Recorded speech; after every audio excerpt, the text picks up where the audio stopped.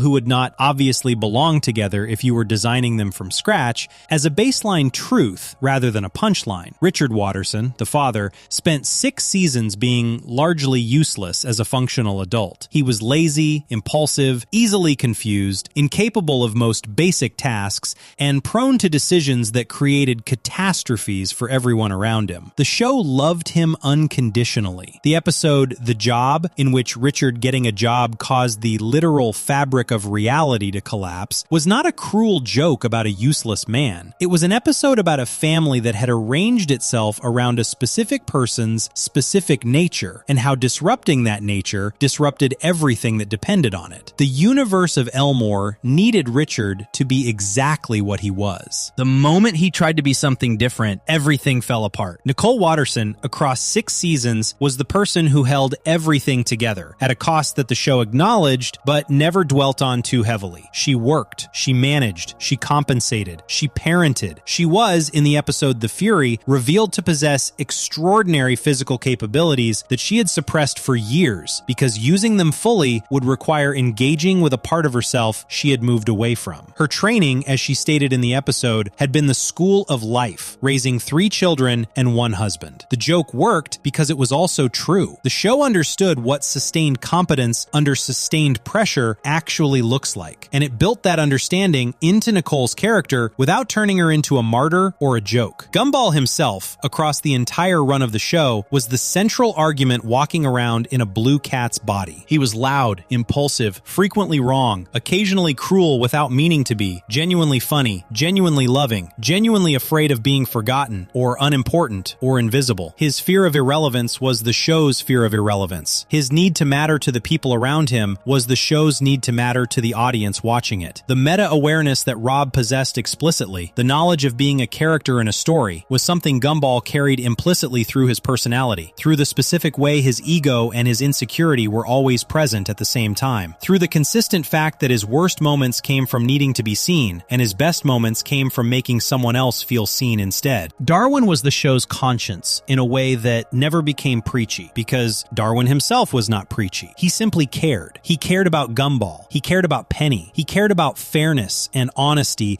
and doing the right thing even when the right thing was harder than the wrong thing. His care was not performed or announced. It was present in his behavior, in the way he reacted to things, in the specific warmth that every actor who voiced him across the show's history managed to maintain despite the voices changing. Darwin was the character who made Elmore feel like a place worth caring about, because he cared about it so openly that watching him was an invitation to care about it too. Aeneas, the youngest Watterson, was the smartest person in almost every room she entered and spent 6 seasons surrounded by people who were not listening to what she was saying. She was 4 years old for the entire run of the show. She was also consistently correct. The show gave her the specific loneliness of someone who can see things clearly and cannot make the people around her see them the same way, which is a feeling that does not belong exclusively to 4-year-olds, but which 4-year-olds experience with a particular intensity because they have no power to act on what they understand. All 5 members of the Watterson family were carrying something that the show treated with genuine respect, not sentimentally, not with the soft focus warmth that children's entertainment sometimes uses to avoid saying anything real, but with the specific honesty of a show that trusted its audience to handle truth delivered in the language of a cartoon. The British Animation Awards recognized The Shell with Best Children's Series and the Children's Choice Award in 2016. The show is described on its own network's website as one of Cartoon Network's most popular series, alongside Adventure Time, Regular Show, and Steven Universe. It was the first full animated series produced by Cartoon Network Development Studio Europe. It aired in over 126 countries during its first 2 seasons. Its revival in 2025 drew 363 million minutes of viewing in its first week on Hulu, ranking 10th among all streamed originals. These numbers describe a show that reached an enormous number of people across a very long period of time. What they cannot describe is what those people were actually receiving when they watched it. What they were receiving was a show that had been built from the things nobody else wanted, by a person who had spent years being told that his work was not good enough, about a family living in a town where misfits from completely different visual traditions had somehow all ended up together, in a universe that contained a dimension specifically designed to erase the things that the world decided were mistakes. A show that took every practical problem it encountered, aging voice actors, a Chinese bootleg, a canceled film deal, a 6-year gap between seasons, and absorbed those problems into its own storytelling rather than working around them. A show that ended on a freeze frame of a forgotten background character falling and came back 6 years later to make sure that character's story was finished properly. The Amazing World of Gumball was about what it feels like to be something the world was not sure it needed. And across 14 years of production, across 2 series and 4 versions of its main characters, and 1 unfinished film, and 1 completed revival, it kept insisting through every formal experiment and every mythology episode and every quietly devastating 11-minute story that the things the world was not sure it needed were often exactly the things most worth keeping. The conclusion of the show's full story across everything from the first episode to the latest season of the wonderfully weird world of Gumball brings all of these threads back to the place where they started. started, a French animator in London in 2007, sitting on a collection of characters that nobody else wanted, deciding that the right thing to do with rejected things was not to delete them, but to find them a home where they could all exist together without needing to explain why they belonged. That decision produced something that millions of people grew up watching, that ended before it was finished, and then came back to finish itself, that made its own incompleteness part of its story, and that carried in every episode, from the DVD in 2011 to the rewrite in 2025, the same quiet, patient,